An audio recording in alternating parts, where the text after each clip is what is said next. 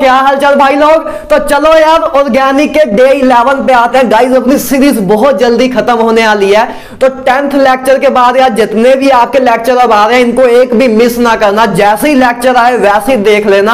आपको भी नहीं एक्सपेक्ट है, आप सोच भी नहीं सकते कि आने वाले 5-6 लेक्चर्स के बाद आपके प्रीवियस ईयर क्वेश्चन कितने ज्यादा इजी हो जाएंगे।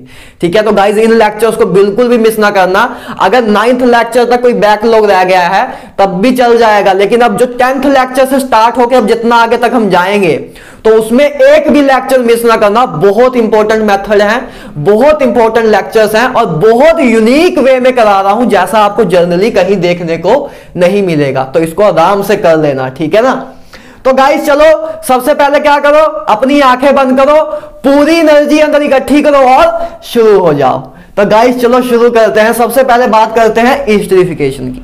आई होप आपको oxidising agents and reducing agent clear है, ठीक है ना, सब करा चुका हूं। अब बात करते हैं एस्टरिफिकेशन की। गाइस एस्टरिफिकेशन जैसे नाम से क्लियर हो रहा है, एस्टरिफिकेशन का मतलब क्या कि और रिएक्शन जिसमें ईस्टर बनता है, the formation of Easter is called esterification, that is solve. ठीक है, तो देखो गाइस ईस्टर बनाने का सबसे सिंपल मेथड क्या है। देखो ईस्टर कैसे बनता है, जब हम कार्बोक्सिलिक एसिड की अल्कोहल के साथ रिएक्शन कराते हैं इन presence of dilute H2SO4। Guys dilute H2SO4 क्या है, dilute H2SO4 एक dilute H2SO4 क्या है, अपना एक डिहाइड्रेटिंग एजेंट है। क्या है, डिहाइड्रेटिंग एजेंट, मतलब ये क्या करता है, वाटर रिमूव कर देता है। पहली बात एक क्लियर है। dilute H2SO4 क्या है, वैसे मैं आपके लिए सेशन मतलब इसमें एक बार रीजन लूंगा भी, सारे आपको डिहाइड्रेटिंग एजेंट्स एक बार में लिखवाऊंगा भी, लेकिन अभी इस रिएक्शन के लिए आपको पता होना चाहिए कि dilute H2SO4 क्या होता है, एक डिहाइड्रेटिंग एजेंट होता है, मतलब वाटर रिमूव कर देता है, तो देखो गाइस एक कार्बोक्सिलिक एसिड है, ये अपना अल्कोहल है। ठीक है, कार्बोक्सिलिक एसिड और अल्कोहल जब रिएक्ट करेंगे इन प्रेजेंस ऑफ dilute H2SO4 तो वाटर रिमूव हो जाएगा। तो देखो इन दोनों कंबाइन कर दो और इनमें से वाटर रिमूव कर दो। वाटर रिमूव करोगे तो ये चीज आ जाएगी, तो ये क्या है आपका ईस्टर, अब समझने वाली बात ये है कि OH कहां से निकाले और H कहां से निकाले, क्योंकि वाटर देखो वाटर कैसे बनेगा, वाटर क्या होता है, water is a combination of OH negative and H positive. ठीक है, तो वाटर इस चीज से बनेगा। तो अब बात ये आती है, इसमें क्वेश्चन ये ट्रिकी बन जाता है कि OH किस में से निकाले, H किस में से निकाले। गाइस जनरली क्या देखते हैं हम कि कार्बोक्सिलिक एसिड की एसिडिटी ज्यादा होती है as compared to alcohol, carboxylic acid की एसिडिटी ज्यादा होती है एज कंपेयर टू अल्कोहल। लेकिन ये याद रखना कि एस्टरिफिकेशन में OH कौन देता है, कार्बोक्सिलिक एसिड। OH कौन देता है, carboxylic acid, and alcohol H positive देता है, मतलब वाटर कैसे रिमूव होता है, ऐसे, वाटर ऐसे रिमूव होता है। OH कौन देता है, कार्बोक्सिलिक एसिड, एंड अल्कोहल क्या देता है, H पॉजिटिव, तो वाटर ऐसे रिमूव होता है। जैसे देखो इस पॉइंट से क्या कंक्लूजन निकला, इस पे कैसे क्वेश्चन बन सकते हैं। जैसे देखो मैंने एक बहुत प्यारी एग्जांपल ली है, जैसे आपको दिया हुआ है ये रिएक्शन दी हुई है और आपको ये दिया हुआ है, आपसे पूछा बताओ प्रोडक्ट क्या बनेगा, और पक्के तौर पे मैं पूरी 100% गारंटी से दे सकता हूं कि आपको ये दोनों प्रोडक्ट क्वेश्चन में दिए होंगे, और इसमें मतलब चार ऑप्शन में कोई 2 ऑप्शन तो गारंटी से होंगे और आपको आंसर तो एक ही लगाना है, तो आपको पता होना चाहिए कौन सा प्रोडक्ट बनेगा। अब देखो आपको पता होना चाहिए कि एस्टरिफिकेशन में जो OH नेगेटिव है वो कौन देता है, carboxylic acid, and H positive कौन देता है, अल्कोहल।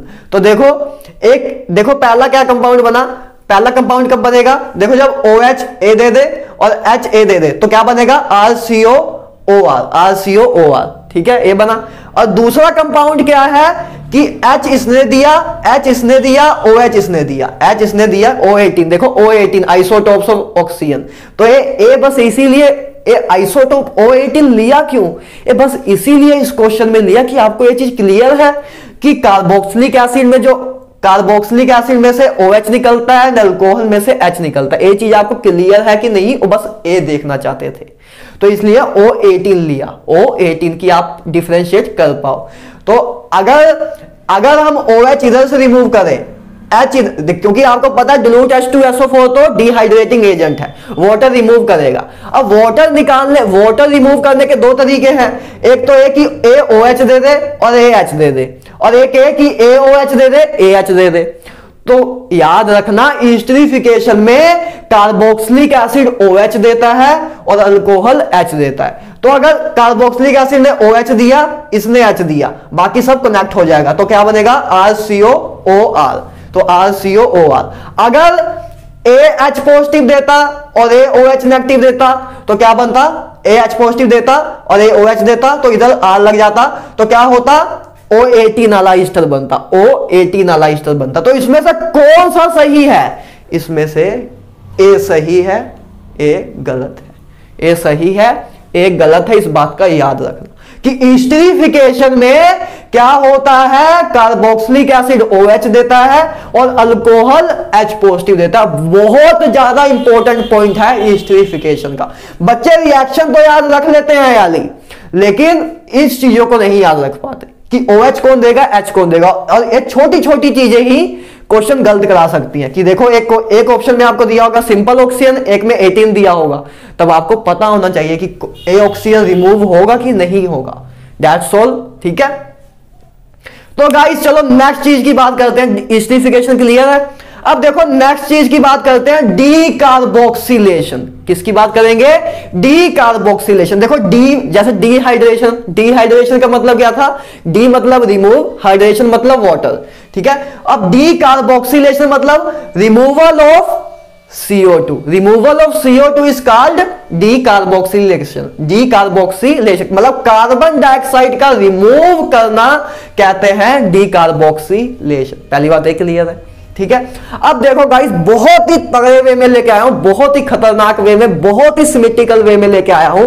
ऐसा एक साथ आप कभी नहीं कर पाओगे, कोई नहीं जल्दी बताता, और इसी कारण आपकी ऑर्गेनिक वीक रह जाती है, क्योंकि कुछ आधा कंसेप्ट इधर कराया, आधा इधर कराया, आधा इधर कराया, जब तक उधर पहुंचते हैं तब तक इधर आप भूल जाते हैं। तो इसलिए कंक्लूड करके, बहुत मेहनत करके, बहुत रिसर्च करके लेके आया हूं, ठीक है ना। तो देखो गाइस बात करते हैं डीकार्बोक्सिलेशन। तो देखो आपके सिलेबस में 3 डीकार्बोक्सिलेशन रिएक्शन है, जिसमें से CO2 रिमूव होता है, जिसमें से CO2 रिमूव होता है। 3 है, एक एक करके सबको देखते हैं। देखो पहला है जो कि बहुत ज्यादा स्टैंडर्ड है, by NaOH plus CO। Guys NaOH and CO का मिक्सचर जो है ये क्या करा देता है, डीकार्बोक्सिलेशन। और गाइस इसकी रेशो भी याद रखना कि NaOH एंड CO किस रेशो में हो, 3:1 में, कि NaOH 3 होने चाहिए एंड कैल्शियम ऑक्साइड अपना 1 होना चाहिए। तो इस रेशो में इसका मिक्सचर प्रेजेंट होना चाहिए। तो देखो कैसे काम करेगा, देखो जैसे अपने पास क्या है, बेंजोइक एसिड। बेंजोइक एसिड की अगर आप NaOH प्लस कैल्शियम ऑक्साइड मतलब sodium hydroxide plus calcium oxide के मिक्सचर से रिएक्शन करा दो, तो ये क्या होते हैं, डीकार्बोक्सिलेटिंग एजेंट होता है। ये क्या होता है, डीकार्बोक्सिलेटिंग एजेंट। तो ये क्या करेगा, CO2 को रिमूव कर देगा, CO2 को रिमूव कर देगा, और H तो बेंजीन में चला जाएगा। CO2 को रिमूव कर देगा तो अपना बन जाएगा बेंजीन। तो बहुत अच्छी, बहुत इंपॉर्टेंट रिएक्शंस हैं। क्या है अपना NaOH प्लस CO, क्या है, एक डीकार्बोक्सिलेटिंग एजेंट। That's all. तो इधर आपका बेंजीन बन जाएगा, बेंजीन बन जाएगा, और साथ में कार्बन डाइऑक्साइड, साथ में आपको कार्बन डाइऑक्साइड मिल जाएगी।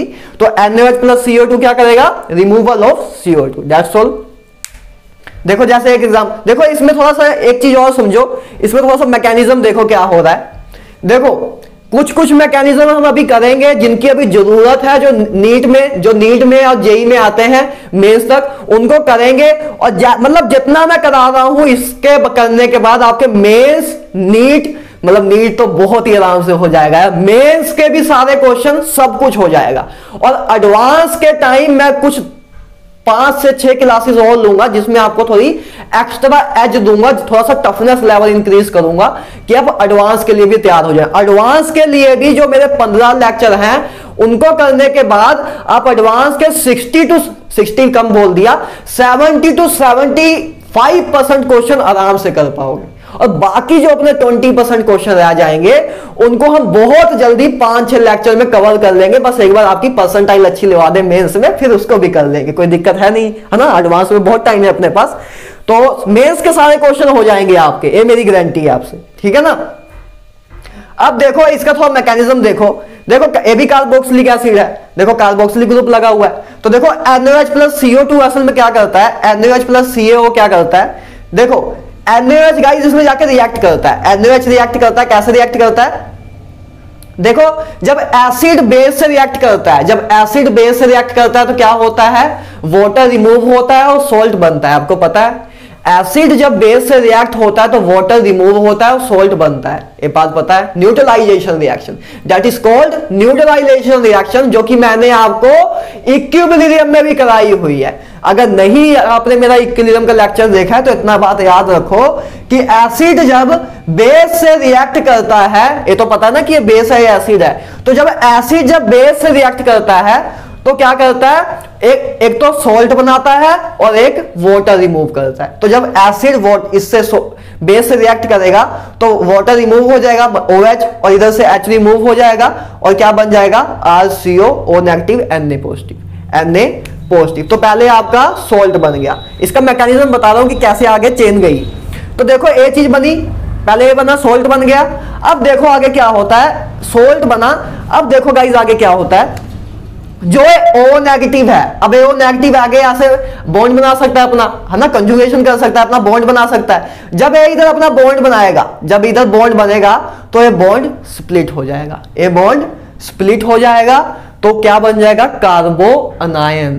तो याद रखना बहुत इंपॉर्टेंट पॉइंट कि डीकार्बोक्सिलेशन में क्या बनता है, क्या बनता है, कार्बो एनायन। कार्बो एनायन बनता है, कार्बो कटायन नहीं बनता। इसको याद रखें कि क्या अपना इंटरमीडिएट बनता है, कार्बो एनायन।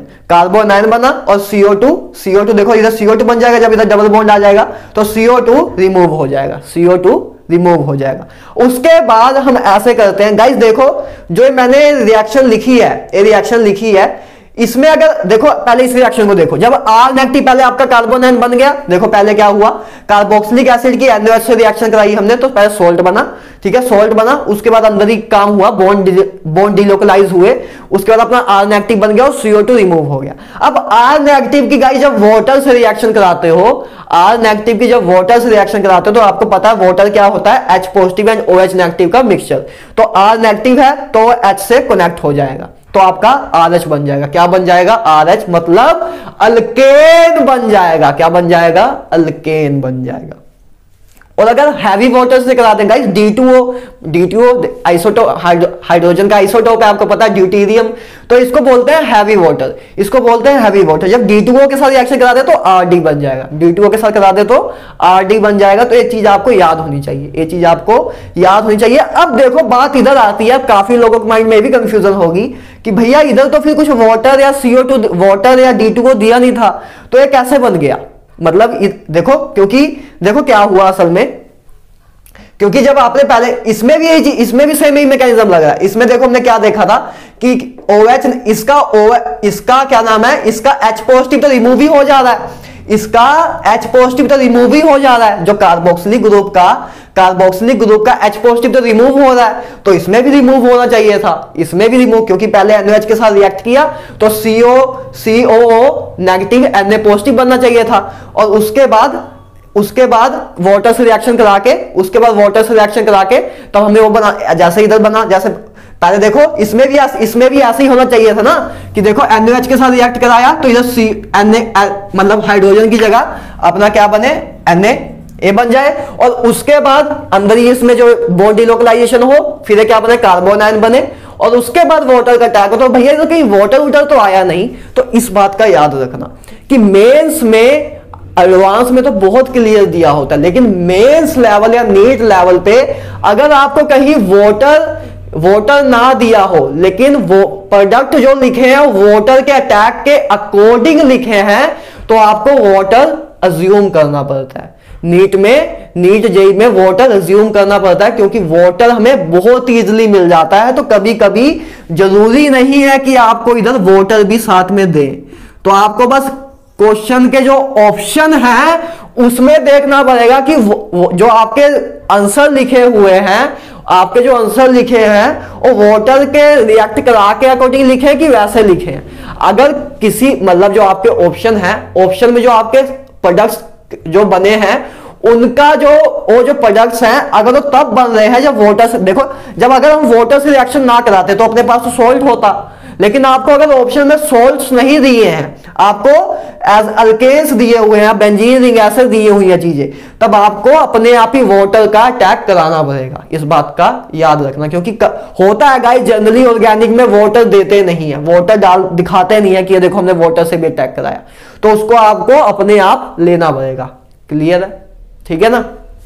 एडवांस में दिया जाएगा, एडवांस में बहुत क्लियर सब कुछ दिया जाता है। मेंस या नीट में खा जाते हैं वाटर को कभी कभी, कि नहीं देते हैं, कि बच्चों को पता ही होगा कि वाटर तो यूनिवर्सल सोलवेंट है, तो उसका अटैक करवाएंगे ही जब हम अपने पास अटैकिंग स्पीसीज बन जाएगी। ठीक है ना, तो इस चीज का याद रखना। तो ये आपका ऐसे आपका मैकेनिज्म होता है कि पहले NaCO से सॉल्ट बनता है, फिर उससे कार्बोनाइन बनता है। याद रखना कि डीकार्बोक्सिलेशन में कार्बो एनायन बनता है, तो R नेगेटिव बना, उसके बाद वाटर या D2O से रिएक्शन करा के ये चीज बन गई। ठीक है। अब देखो गाइस दूसरा मेथड देखो डीकार्बोक्सिलेशन का। पहला मेथड एक क्लियर है। अब दूसरा मेथड देखो बाय हीटिंग, कि अब गर्म करके कार्बोक्सिलिक एसिड को गर्म करके भी हम CO2 रिमूव कर सकते हैं। लेकिन कुछ पर्टिकुलर कंपाउंड्स ही है जिसमें हम बाय हीटिंग डीकार्बोक्सिलेशन करा सकते हैं। कौन कौन से हैं? पहला है बीटा कीटो एसिड। कौन सा? Beta keto acid. Beta keto acid मतलब भैया देखो क्या होता है, जैसे एग्जांपल देखो, एग्जांपल है ये अपना कार्बोक्सिलिक एसिड है, ये अपना अल्फा पोजीशन है, ये अपनी बीटा पोजीशन है। तो जब बीटा पोजीशन पे कीटोन ग्रुप लगा हो, देखो बीटा पोजीशन पे कीटोन ग्रुप लगा हो, तब जो एसिड होता है उसको बोलते हैं बीटा कीटो एसिड। देखो बीटा कीटो एसिड का मतलब क्या? एसिड है मतलब पहली बार कार्बोक्सिलिक ग्रुप तो है, तो कार्बोक्सिलिक ग्रुप से बीटा पोजीशन पे अगर कीटो ग्रुप लगा हो, मतलब कीटोन ग्रुप लगा हो बीटा पोजीशन पे, तो उन कंपाउंड्स को बोलते हैं बीटा कीटो एसिड। तो बीटा कीटो एसिड को अगर हम हीट करते हैं तो डीकार्बोक्सिलेशन होती है। जैसे देखो एग्जांपल है, तो देखो इसमें क्या है, देखो ए अपनी अल्फा पोजीशन है, अपनी बीटा पोजीशन है, तो ये क्या है? Example of beta keto acid. तो बीटा कीटो एसिड ऐसे हो और आपको हीट दिया हो, हीट को हम डेल्टा से लिखते हैं, तो अगर आपको बस सिंपल दिया हो कि हीट हमने करी, तो आपको पता होना चाहिए कि beta keto acid remove CO2 when goes under heat, कि जब हम इस बीटा कीटो एसिड को हीट देते हैं तो कार्बोक्सिलिक ग्रुप कार्बन डाइऑक्साइड निकाल देता है। तो कार्बन डाइऑक्साइड इधर रिमूव हो, देखो इधर से कार्बन डाइऑक्साइड रिमूव कर दो, देखो इधर से कार्बन डाइऑक्साइड रिमूव कर दो। कार्बन डाइऑक्साइड रिमूव कर दोगे तो क्या बन जाएगा आपके पास? देखो कार्बन डाइऑक्साइड रिमूव हो गई, हाइड्रोजन इससे अटैच हो जाएगा, तो क्या बनेगा? RCOCH3। तो ये आपका कंपाउंड बन जाएगा। क्लियर है? ठीक है, कि बस क्या होगा, बीटा कीटो एसिड में हीटिंग करने से कार्बन डाइऑक्साइड रिमूव हो जाता है, डीकार्बोक्सिलेशन हो जाती है। ठीक है। और दूसरा एक कंपाउंड है malonic acid and it's derivative. तो देखो मेलोनिक एसिड आपको मैंने बताया हुआ है, आपको मैंने एक ट्रिक बताई थी याद रखने की, ओम सगा आपको मैंने एक ट्रिक बताई थी। ओ से क्या था? ऑक्सैलिक एसिड क्या होता है? COH। उसके बाद में M से क्या होता था? Malonic acid. S से क्या होता था? Succinic acid. G से क्या होता था? Glutaric acid. A से क्या होता था? Adipic acid. I hope clear होगा, अगर आपने मेरे लेक्चर्स देखे हैं तो सब क्लियर होगा। चलो बाय द वे, आपका मेलोनिक एसिड क्या होता है? जब हम कार्बोक्सिलिक एसिड के बीच में एक CH2 लगा दें तो अपना होता है मेलोनिक एसिड। इसको क्या बोलते हैं? Malonic acid. ये होता है अपना मेलोनिक एसिड। तो दो ही ऐसे कंपाउंड हैं, दो टाइप्स की ऐसे कंपाउंड है जिसमें हीटिंग करने से डीकार्बोक्सिलेशन होती है। पहला क्या था, बीटा कीटो एसिड, एंड दूसरा है malonic acid and it's derivative, कि मेलोनिक एसिड या उसके डेरिवेटिव। जैसे आपका मेलोनिक एसिड है, तो देखो पहली एग्जांपल देखो, ये आपका मेलोनिक एसिड है। मेलोनिक एसिड की आप हीट करोगे तो कोई एक ही रिमूव होगा, यानी कि दोनों रिमूव कर दो। कोई एक कार्बन डाइऑक्साइड रिमूव कर दो, कोई एक कार्बन डाइऑक्साइड रिमूव कर दो, तो आपका ये चीज बन जाएगी, आपकी ये चीज बन जाएगी। देखो क्या बनेगा, एक CH3 और COH, CH3 एंड COH बन जाएगा।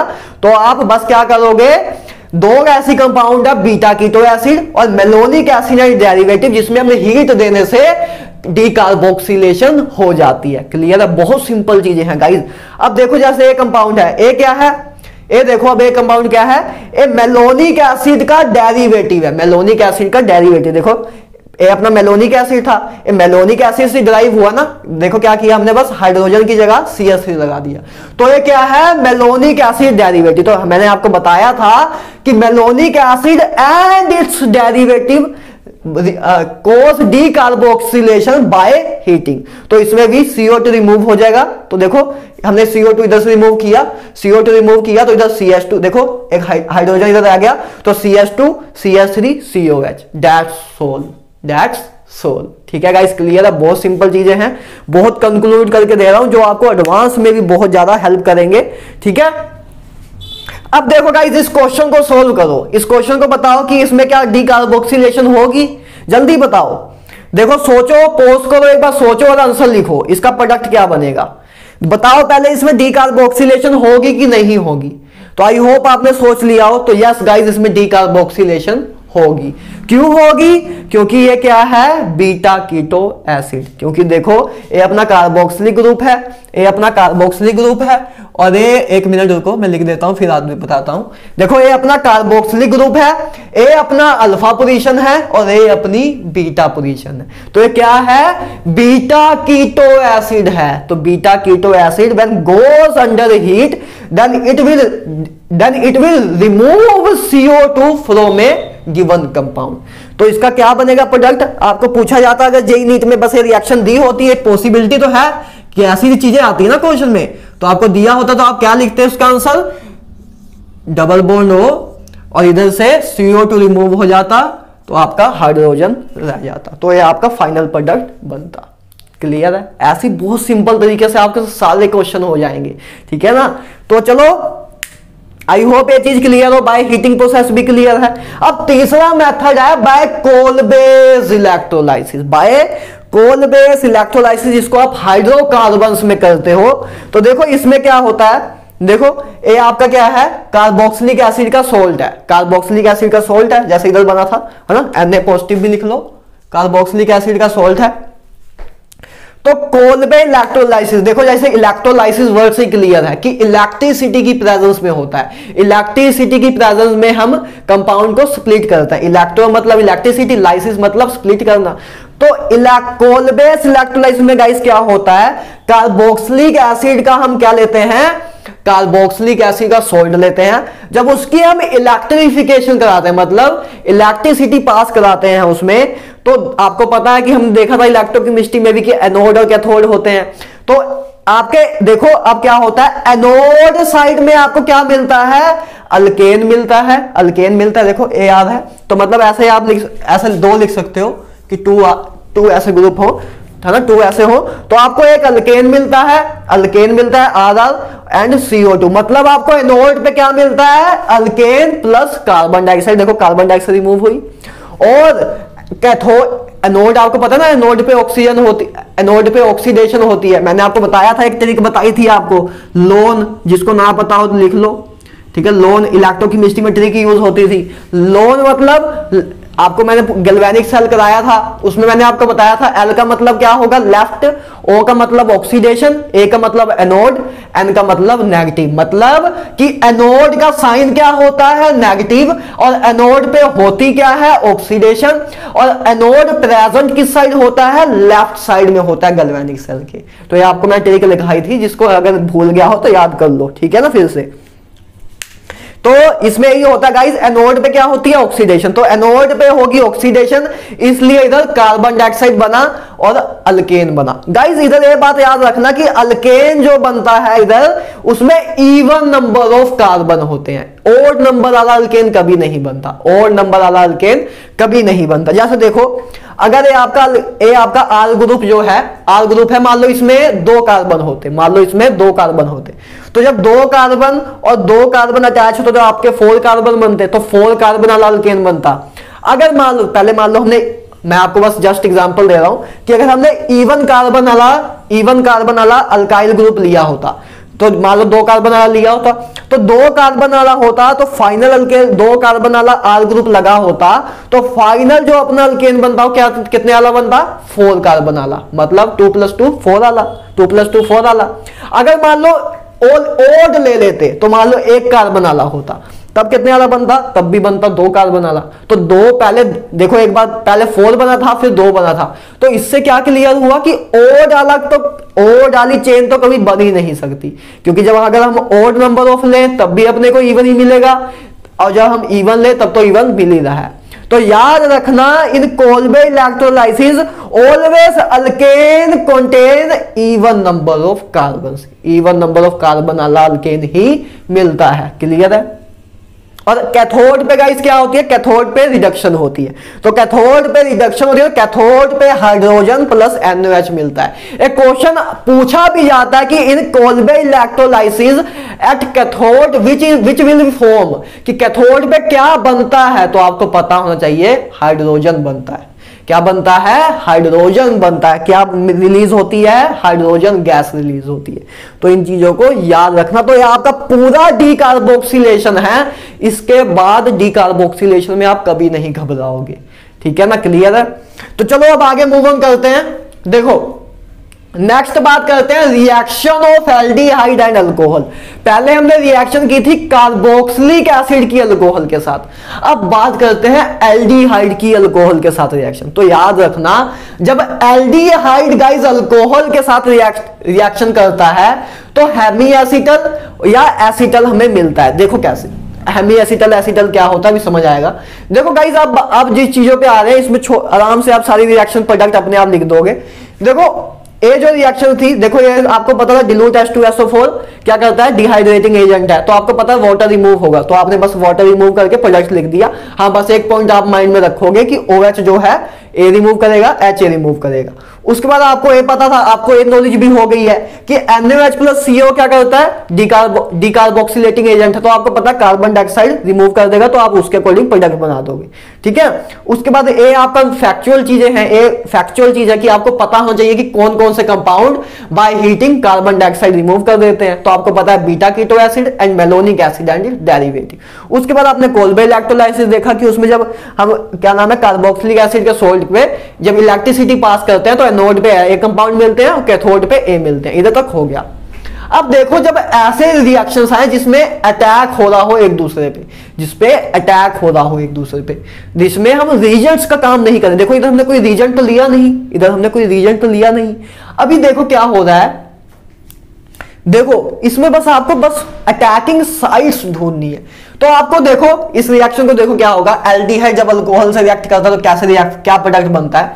तो देखो गाइस आपको पता है कि जो एल्डिहाइड है उसमें जो कार्बन है वो पार्शियल पॉजिटिव चार्ज होता है, कार्बन पे पार्शियल पॉजिटिव चार्ज होता है क्योंकि ऑक्सीजन इलेक्ट्रोनेगेटिव एलिमेंट है तो उस पे पार्शियल नेगेटिव आता है, इस पे पार्शियल पॉजिटिव आता है। और आपको पता है कि अल्कोहल ग्रुप में, अल्कोहल में क्या है, लोन पेयर है, अल्कोहल में क्या है, लोन पेयर है।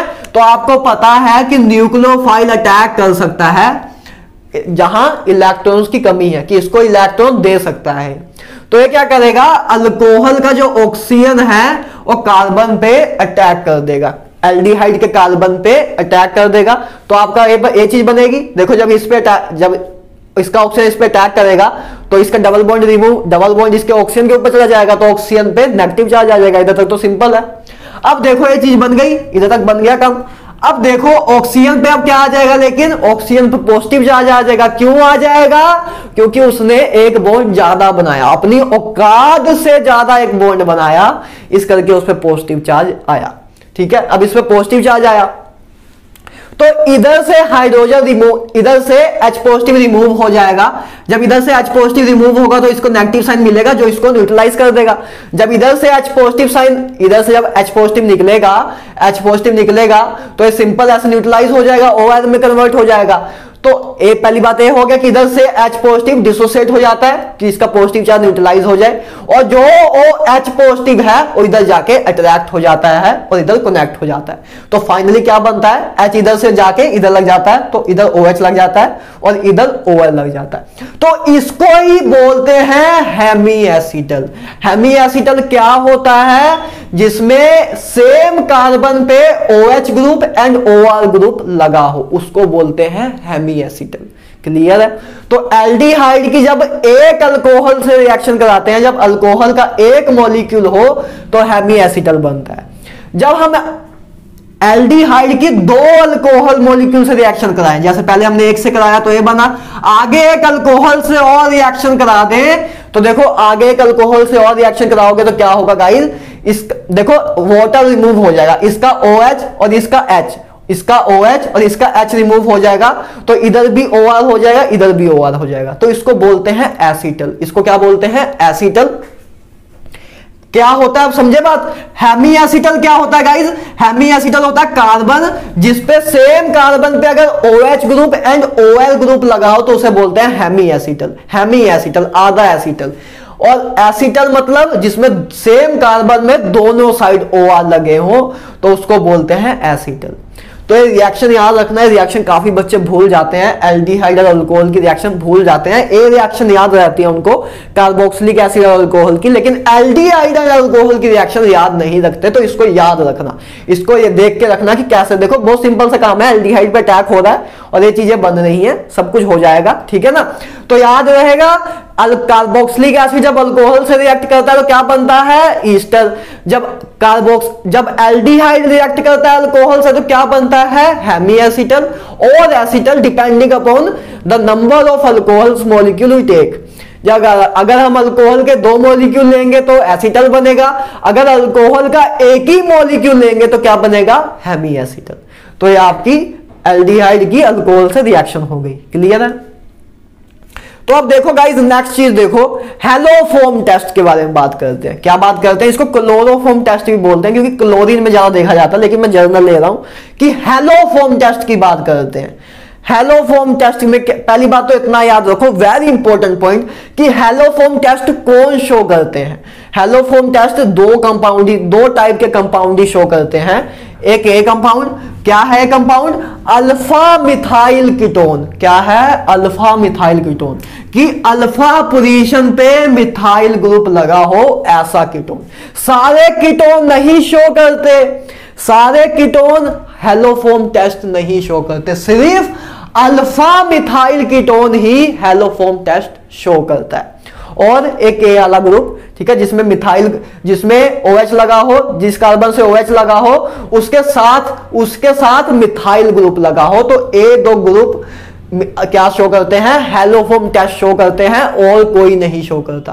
पहली बात एक क्लियर होना चाहिए। आपको ऐसे आता है क्वेश्चन जेईई या नीट में कि आपको चार आपको दे दिए ऑप्शन आपसे, और ऊपर लिखा जाए, पूछेगी which of the following will show haloform test, which will be the following show haloform test.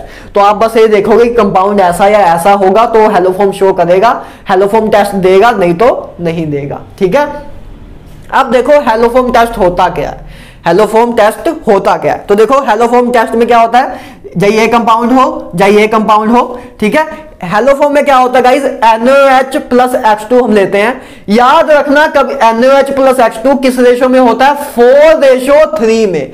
NaOH अपने 4 होंगे, H2 अपने 3 होंगे। तो इसकी रेशो भी कभी कभी पूछ लेते हैं कि in haloform test the ratio of NaOH to H2 is, तो आपको पता होना चाहिए। और H2 मतलब क्या, हेलोजेंस। H2 मतलब क्या, हेलोजेंस। X अपना कुछ भी, जितने भी हेलोजन है सब हो सकते हैं, फ्लोरीन, क्लोरीन, ब्रोमीन, आयोडीन, है ना, कुछ भी हो सकते हैं। तो ठीक है, ये चीज क्लियर है। और ये गाइस ज्यादातर जनरली जो इसको आइडोफोम टेस्ट बोलते हैं ना, क्लोरोफोम नहीं आइडोफोम टेस्ट बोलते हैं, पहले गलत बोल दिया था, इसको आइडोफोम टेस्ट बोलते हैं जनरली। आयोडीन के लिए यूज होता है, क्योंकि जो CH क्योंकि CHI3 गाइस जो होता है, देखो ये अपना आइडोफॉर्म होता है, ये अपना आइडोफॉर्म होता है। क्लोरोफॉर्म पता है ना आपको, क्लोरोफॉर्म जिससे हम बेहोश करते हैं, पहले बेहोश करते थे लोगों को इससे, ठीक है, ऑपरेशन करने के टाइम। तो ये अपना क्लोरोफॉर्म होता था, ये अपना क्या किसका फॉर्मूला है, क्लोरोफॉर्म, और एक इसका फॉर्मूला है आइडोफॉर्म। तो गाइस आइडोफॉर्म येलो कलर का होता है, इसलिए सबसे बेस्ट मेथड है आयोडीन के लिए है, लेकिन हम सब में भी यूज कर सकते हैं, तो इसलिए मैंने H2 इसको लिया, ठीक है, क्लियर है। तो हैलोफॉर्म रिएक्शन में गाइस देखो क्या होता है, NOH प्लस H2 होता है। और एक चीज और माइंड में रखना कि कभी कभी जेई और नीट में आपको एग्जामिनर फंसा देता है, ये याद रखना कि NOH प्लस H2 ही NaOH भी होता है, इन दोनों का मिक्सचर से ही NaOH बनता है।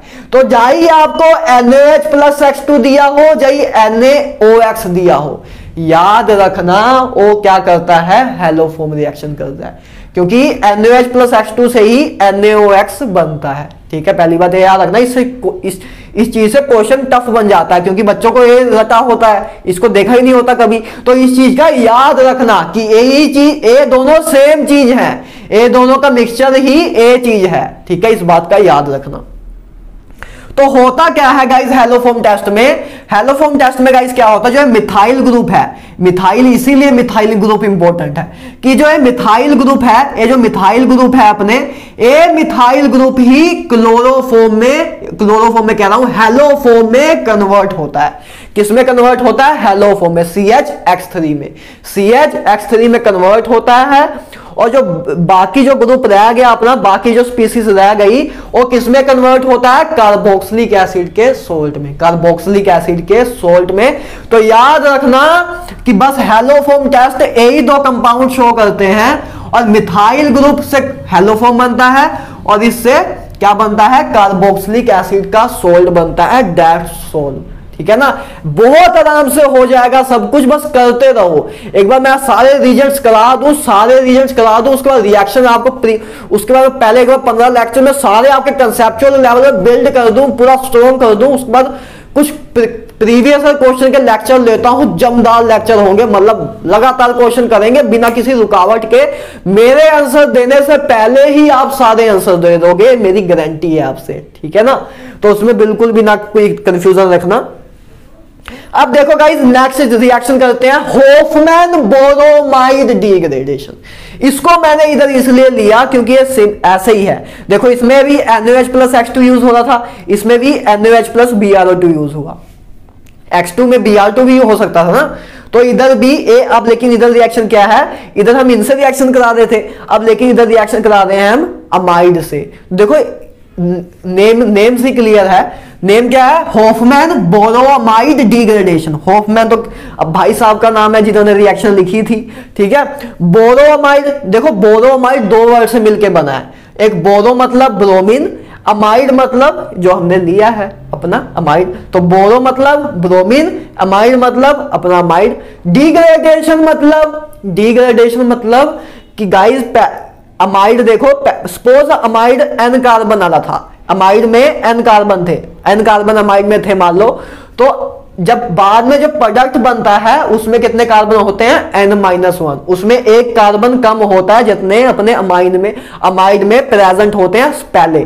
तो डिग्रेडेशन का मतलब होता है, डिग्रेडेशन का मतलब क्या होता है कि कार्बन का रिमूव हो, मतलब डिग्रेडेशन मतलब कि कोई चीज, किसी चीज का घट जाना, किसी चीज का घट जाना। तो इधर क्या होता है, इधर कार्बन का अमाउंट डिक्रीज हो रहा है, पहले N कार्बन थे अब N-1 है। तो इससे देखो क्या हुआ, होफमैन भाई साहब का नाम, बोरो मतलब ब्रोमीन, अमाइड मतलब अमाइड, डिग्रेडेशन मतलब कि जो अपने पास बाद में प्रोडक्ट बनेगा उसमें जो कार्बन होंगे 1 लेस होगा एज कंपेयर टू पहले वाले, जो पहले अपने पास प्रेजेंट था रीजेंट, प्रेजेंट था अपने पास रिएक्टेंट, जो प्रोडक्ट जो बनेगा अपना उसमें एक कार्बन कम होगा, उसमें एक कार्बन कम होगा।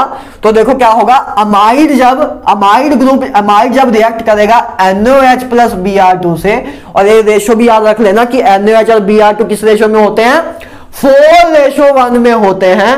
तो अमाइड ग्रुप जब NaOH प्लस Br2 से रिएक्ट करेगा तब आपको क्या मिलेगा, अमाइन मिलेगा। और कैसा अमाइन मिलेगा, जिसमें एक कार्बन कम हो, कि अगर ये 5 कार्बन वाला अमाइड था तो ये 4 कार्बन वाला आपको अमाइन मिलेगा, 4 कार्बन वाला आपको अमाइन मिलेगा। क्लियर है? तो यह है आपकी हॉफमैन बोरोमाइड डिग्रेडेशन, जिसको मैं आपको जब मैं एक नेमिंग रिएक्शन वाला लेक्चर लूंगा उसमें भी एक बार फिर से कराऊंगा। ठीक है ना? अब देखो गाइज बात करते हैं अल्केन, हेलो अल्केन की रिएक्शन। हेलो अल्केन की रिएक्शन देखो, ये रिएक्शन ना बहुत बार आती है, बहुत बार आती है। बिटसेक में भी देखी है मैंने कितनी बार आई हुई है, जेई में भी बहुत बार आई हुई है, नीड में भी बहुत बार आई है। तो ये रिएक्शन आती रहती है बहुत बार। तो देखो इसमें कंफ्यूजन भी बच्चों को बहुत जाती है, इसलिए मैं एक साथ ले आया कि आपको कंफ्यूजन ना हो। तो देखो हेलो अल्केन, तो देखो हेलो अल्केन जब केसीएन से रिएक्ट करता है, मतलब पोटेशियम साइनाइड से जब रिएक्ट करता है तो क्या बनाता है? साइनाइड बनाता है, RCN। देखो एक्स और के निकल जाते हैं, KX बन जाता है और RCN इधर से बन जाता है। तो जब RX जब KCN से रिएक्ट करता है तो क्या बनता है? साइनाइड। लेकिन जब RX AgCN से रिएक्ट करता है तो क्या बनता है? आइसोसाइनाइड। क्या बनता है? आइसोसाइनाइड। इस बात का याद रखना, इन दोनों में डिफरेंशिएट याद रखना। अभी बेस लेवल में इतना बहुत है, एडवांस लेवल में इनकी डिटेल्स भी बताऊंगा कि ये सब चीजें हो क्यों रही हैं, ये चीज हो क्यों रही है कि इसमें साइनाइड बना, उसमें आइसोसाइनाइड बना। तो ये सब का भी वेट, एक परफेक्ट टाइम होता है हर एक चीज का। आपके पास अभी टाइम है मेंस में एक अच्छी परसेंटाइल लेने का, या नीट में तो इतना ही बहुत है, नीट में तो एडवांस जितना जाने की जरूरत ही नहीं है, नीट में तो इतना ही बहुत है। लेकिन एडवांस वाले बच्चों को फिर से आगे भी कराऊंगा, 5-6 लेक्चर एडवांस टाइम लूंगा जो आपको और ज्यादा बिल्ड कर देंगे कि अभी जो 70-80% अपना एडवांस का कवर हो जाएगा अभी, लेकिन 20% भी मैं आपका कवर करूंगा। पहले मेंस में पूरा स्कोर कर ले, मेंस में 100% स्कोर करते हैं ऑर्गेनिक में, फिर करेंगे एडवांस के भी क्वेश्चन, एडवांस के भी इससे आपके 80% क्वेश्चन हो जाएंगे। तो RX की जब KCN से कराएंगे तो साइनाइड बनेगा, AgCN से कराएंगे तो आइसोसाइनाइड बनेगा। देखो अब इधर N से कनेक्ट है, इधर N से, देखो इधर C से कनेक्ट था, अब इधर NC है। देखो कंपाउंड सेम है। इसको वैसे एम्बिएंट लिगेंड भी बोलते हैं। चलो इसको मैं कराऊंगा आपको, जब मैं आपको कराऊंगा कोऑर्डिनेट कंपाउंड, ठीक है ना, तब कराऊंगा। तो गाइस अब देखो, अब आगे RX की अगर हम KNO2 से रिएक्शन करा दें, मतलब पोटेशियम नाइट्रेट से रिएक्शन करा दें, ठीक है, तो देखो क्या बनेगा अपने पास? RONA। मतलब देखो जब KCN से करा रहे थे तो साइनाइड बन रहा था, लेकिन जब KNO2 की कराएं तो O नाइट्रीटो बनेगा, O नाइट्रीटो बनेगा। और जब RX की AgNO2 से कराएं तो RNO2 बनेगा, नाइट्रो बनेगा। मतलब जब जो साइनाइड डाले थे उसमें जब हम रिएक्शन करा रहे थे तब पोटेशियम से एक नॉर्मल सा कंपाउंड बना था, क्योंकि हम नॉर्मली तो हम साइनाइड ही बनाते हैं। तो पोटेशियम जब साइनाइड वाले जब कंपाउंड थे तब अपने को नॉर्मल कंपाउंड मिल रहा था पोटेशियम से, और जब पोटेशियम नाइट्रेट पोटेशियम NO2 की फॉर्म में है तब हमें O नाइट्रीटो मिल रहा है। और तब नॉर्मल जैसे हम नॉर्मल तो एक्सपेक्ट करते हैं नाइट्रो ही बनता है, लेकिन जब पोटेशियम से कराएंगे तो O नाइट्रेटो बनेगा। तो 4 रिएक्शन याद रखना, बहुत ज्यादा चांस है कि जेई में फैब्री में किसी ना किसी सेट में आ जाए, किसी ना किसी सेट में आ जाए, तो इसको याद रखना, ठीक है ना, कि RX जब KCN से करेगा साइनाइड, RX जब AgCN से करेगा आइसोसाइनाइड, RX जब KNO2 से करेगा तो O नाइट्रीटो, RX जब AgNO2 से करेगा तो नाइट्रो, AgNO2 से करेगा नाइट्रो। तो आई होप गाइस इतना क्लियर है। तो अब चलो मैं नेक्स्ट स्लाइड लेके आता हूं, इसका आप स्क्रीनशॉट लो, करते जाओ, बस सब कुछ हो जाएगा, ठीक है ना, डरना बिल्कुल भी नहीं है अपने आप को, ठीक है ना। तो चलो इसका स्क्रीनशॉट लो। तो भाई लोग चलो लास्ट स्लाइड करते हैं अपने इस लेक्चर की। तो बहुत ही नॉलेजफुल लेक्चर रहेगा गाइस आपके लिए आज। आप बहुत कुछ आज सीख के जाओगे, कि रीजन्स काफी सीख के जाओगे कि अच्छा ये रीजन कैसे काम कर रहा है, काफी रिएक्शंस भी सीख के जाओगे, काफी नेमिंग रिएक्शन भी आपको पता लगेंगी आज। ऑल्थो मैं इसकी आपको नेमिंग रिएक्शन का एक लेक्चर प्रॉपर भी लूंगा कि उसमें सारी आपको नेमिंग रिएक्शन करा दूं, लेकिन तब भी इधर भी कुछ ऐसी चीजें हैं जो इधर भी बताना जरूरी है, परफेक्ट टाइम उनका इधर ही है, ठीक है ना। तो गाइस चलो शुरू करते हैं। देखो पहले बात करते हैं, देखो जब अल्कोहल की बहुत सिंपल रिएक्शन है, दो अल्कोहल की जब रिएक्शन कराएं हम PCl5 से तो हमें क्या मिलता है? क्लोरोअल्केन। क्या बोलते हैं इसको? क्लोरोअल्केन। तो क्लोरोअल्केन मिलेगा, POCl3 मिलेगा और HCl मिलेगा। अगर अल्कोहल की रिएक्शन PCl3 से करा दें तब भी हमें क्लोरो अल्केन ही मिलता है। और साथ में क्या मिलता है? H3PO3। H3PO3 क्या होता है? Phosphorus acid. क्या होता है? Phosphorus acid. आपको मैं पी ब्लॉक में कराऊंगा। H3PO4 क्या होता है? Phosphoric acid. H3PO3 क्या होता है? Phosphorus acid. ठीक है, तो अल्कोहल की जाइए आप रिएक्शन PCl5 से कराओ, जाइए PCl3 से कराओ, तो आपको क्लोरो अल्केन मिलेगा। लेकिन इधर सीखने वाली बात यह है गाइस, आपको याद क्या रखना है। बच्चे इसको तो याद रखते हैं कि हाँ ये चीज तो बनेगी, इनमें ए नहीं याद रखते। मेन प्रोडक्ट को याद रखते हैं लेकिन इनको याद नहीं रखते, और क्वेश्चन इसी पे आ जाता है। क्वेश्चन इसी पे आ जाता है, तो आप याद रखोगे। आपको गाइस ज्यादातर क्वेश्चन इस चीज पे ही आता है कि अल्कोहल की अगर PCl3 से रिएक्शन कराते हैं तो कौन सा एसिड बनता है, तो आपको पता होना चाहिए कि फोस्फोरस एसिड बनता है। और जब PCl5 से रिएक्शन कराए तो क्या बनता है? POCl3। POCl3, ठीक है ना। तो ये दो चीजें भी साथ साथ में याद रखना, ठीक है ना, माइंड में रखना आपने। अब चलो गाइस एक नेक्स्ट और इंपॉर्टेंट रिएक्शंस पे आते हैं। देखो, conversion of aldehyde and ketone into alkane. अब गाइस एल्डिहाइड और कीटोन को सीधा अल्केन में कन्वर्ट करेंगे। पहले हमने रिड्यूसिंग एजेंट देखे थे, जैसे NaBH2 देखा था, NaBH2 देखा था, लिथियम एल्यूमिनियम हाइड्राइड देखा था। ये सब क्या कर रहे थे? ये सब क्या कर रहे थे? एल्डिहाइड को 1 डिग्री अल्कोहल में कन्वर्ट कर रहे थे, कीटोन को 2 डिग्री अल्कोहल में कन्वर्ट कर रहे थे।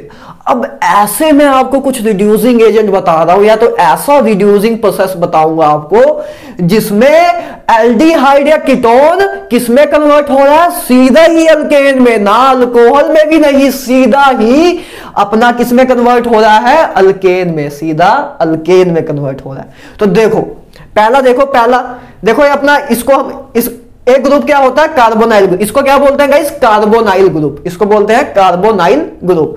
तो गाइस देखो, अब जब अगर इधर हमने हाइड्रोजन लगा दिया, इधर हाइड्रोजन लगा दे तो एल्डिहाइड बन जाएगा। अगर इधर R लगा दे, मतलब कोई और मिथाइल ग्रुप मतलब कोई और अल्काइल ग्रुप लगा दे, तब क्या? कीटोन बन जाएगा। तो हम एल्डिहाइड कीटोन को दोनों को अगर एक साथ रिप्रेजेंट करना हो तो हम ऐसे रिप्रेजेंट कर सकते हैं, है ना। इधर हम H लगा दें तो एल्डिहाइड बन जाएगा, और इधर R लगा दे तो कीटोन बन जाएगा। तो जब एल्डिहाइड या कीटोन की रिएक्शन कराएं, zinc amalgam plus HCl, amalgam, mercury को अमलगम भी बोल देते हैं ना, सॉलिड फॉर्म में जब होता है, तो जब मतलब मरकरी का हो सोलवेंट हो, तो जिंक अमलगम प्लस HCl, जब हम एल्डिहाइड या कीटोन की रिएक्शन कराएं जिंक अमलगम प्लस HCl, तो it is a very strong reducing agent, act as a very strong reducing agent, and ए कन्वर्ट कर देगा एल्डिहाइड या कीटोन को सीधा अल्केन में। किसमें? सीधा अल्केन में कन्वर्ट कर देगा और वाटर आपको दे देगा। और इस रिएक्शन को बोलते हैं क्लेमेंसन रिडक्शन। क्या बोलते हैं? Clemmensen reduction. तो याद रखना, इसको बोलते हैं क्लेमेंसन रिडक्शन। जब एल्डिहाइड कीटोन की जिंक अमलगम प्लस HCl से रिएक्शन कराते हैं तो अपने को क्या मिलता है? अल्केन मिलता है, सीधा अल्कोहल नहीं मिलता, सीधा अल्केन मिलता है, क्योंकि लिथियम एल्यूमिनियम हाइड्राइड या सोडियम बोरोहाइड्राइड इन सबसे ज्यादा स्ट्रॉन्ग रिड्यूसिंग एजेंट है, इससे ज्यादा अच्छा काम करते हैं। वो देखो तो बस अल्कोहल तक लेके जाता था, ये अल्कोहल से भी आगे अल्केन तक ले जाता है, ज्यादा रिड्यूस और कर देता है, ठीक है ना। तो पहली रिएक्शन ये है। अब जब कीटोन की रिएक्शन कराएं एल्डिहाइड या कीटोन, मतलब कार्बोनाइल कंपाउंड भी कह सकते हैं, कि जब कार्बोनाइल कंपाउंड की रिएक्शन कराएं हाइड्राजीन से, इसको क्या बोलते हैं? हाइड्राजीन। हाइड्राजीन क्या होता है? N2H4। N2H4 अपना होता है हाइड्राजीन। देखो हाइड्राजीन ऐसे होता है, ये आपका हाइड्रोजन का स्ट्रक्चर होता है। मैं आपको कराऊंगा अभी जब हम क्या करेंगे, अपना पी ब्लॉक करेंगे। ये आपका हाइड्रोजन होता है, ठीक है, ये आपका होता है हाइड्रोजन। तो हाइड्रोजन, अब देखो आपको एक और कराता हूं। देखो दो मेथड से हम कर सकते हैं, दो मेथड से हम कार्बोनाइल ग्रुप को अल्केन में कन्वर्ट कर सकते हैं। पहला हमने देख लिया जिंक अमलगम प्लस HCl से, ठीक है, उसको बोलते हैं क्लेमेंसन रिडक्शन। अब देखते हैं हाइड्रोजन एंड KOH के मिक्सचर से। तो देखो गाइस, आपको जब मैं आपको वो कराऊंगा, क्या नाम है, आपको जब नाइट्रो कंपाउंड्स की रिएक्शन कराऊंगा, तो नाइट्रो कंपाउंड्स की रिएक्शन में आपको मैं एक चीज कराऊंगा कि जब कार्बोनाइल ग्रुप की अगर हम अमोनिया या अमोनिया डेरिवेटिव से रिएक्शन कराते हैं। अमोनिया, देखो इसको अमोनिया या अमोनिया डेरिवेटिव कह सकते हैं। देखो क्यों? क्योंकि जब ये देखो जैसे जेड लिखा है मैंने, जेड कुछ भी हो सकता है। अगर जेड अपना हाइड्रोजन हुआ, जेड अपना हाइड्रोजन हुआ तो अमोनिया होगा, ये अमोनिया होगा। अगर जेड अपना NH2 हो, अगर जेड अपना NH2 हो तो क्या होगा? हाइड्रोजन, और हाइड्रोजन हो जाएगा क्योंकि NH2 हाइड्रोजन होता है। तो जेड अगर अपना NH2 हुआ तो हाइड्रोजन हो जाएगा। तो जब कार्बोनाइल ग्रुप अमोनिया या अमोनिया के डेरिवेटिव से रिएक्ट होते हैं तो क्या प्रोडक्ट बनता है? क्या प्रोडक्ट बनता है? NZ। ए प्रोडक्ट बनता है, मतलब हाइड्रोजन और ए oxygen as a form of water निकल जाते हैं और ए प्रोडक्ट ए बनता है। फाइनल प्रोडक्ट आपका क्या बनता है? कार्बोनाइल ग्रुप का ऑक्सीजन निकल जाता है और NZ इधर लग जाता है, तो ये आपका फाइनल प्रोडक्ट होता है। तो इधर देखो क्या है, इधर आपका क्या है? इधर आपका जेड पार्ट देखो, NH2 आपका हाइड्रोजन ए होता है, NH2। तो देखो जब हाइड्रोजन के साथ रिएक्शन होगी तो क्या होगा? H2 निकल जाएगा और डबल बॉन्ड N आएगा और साथ में जेड आ जाएगा। तो पहले तो ये बन जाएगा। जब आप कार्बोनाइल ग्रुप की रिएक्शन कराओ हाइड्रोजन से तो आपके पास पहले ये बन जाएगा।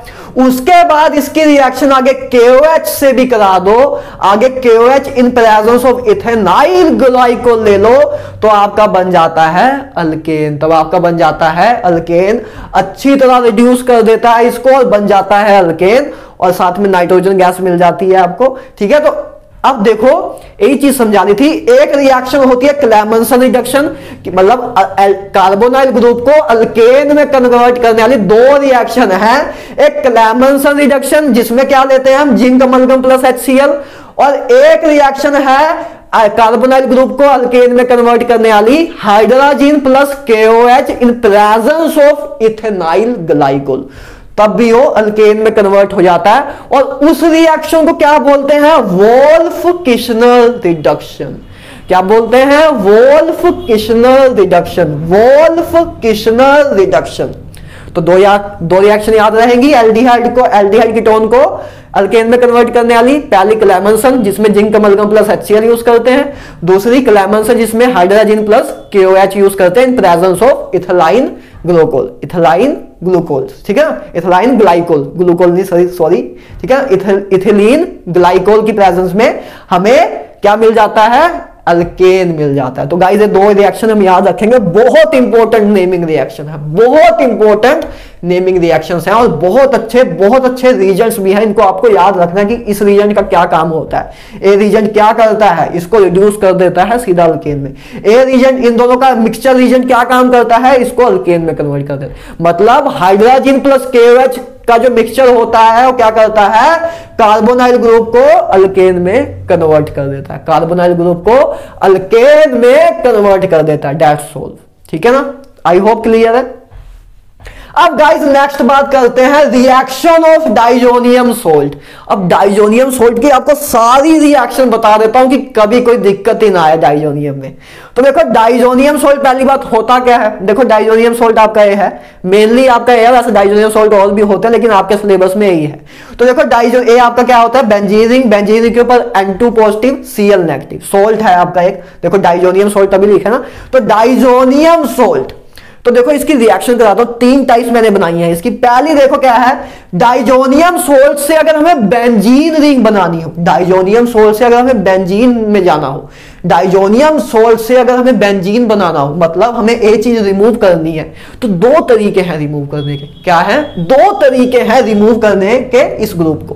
पहला तरीका है H3PO2 से रिएक्शन करा दे। किससे रिएक्शन करा दे? H3PO2 से।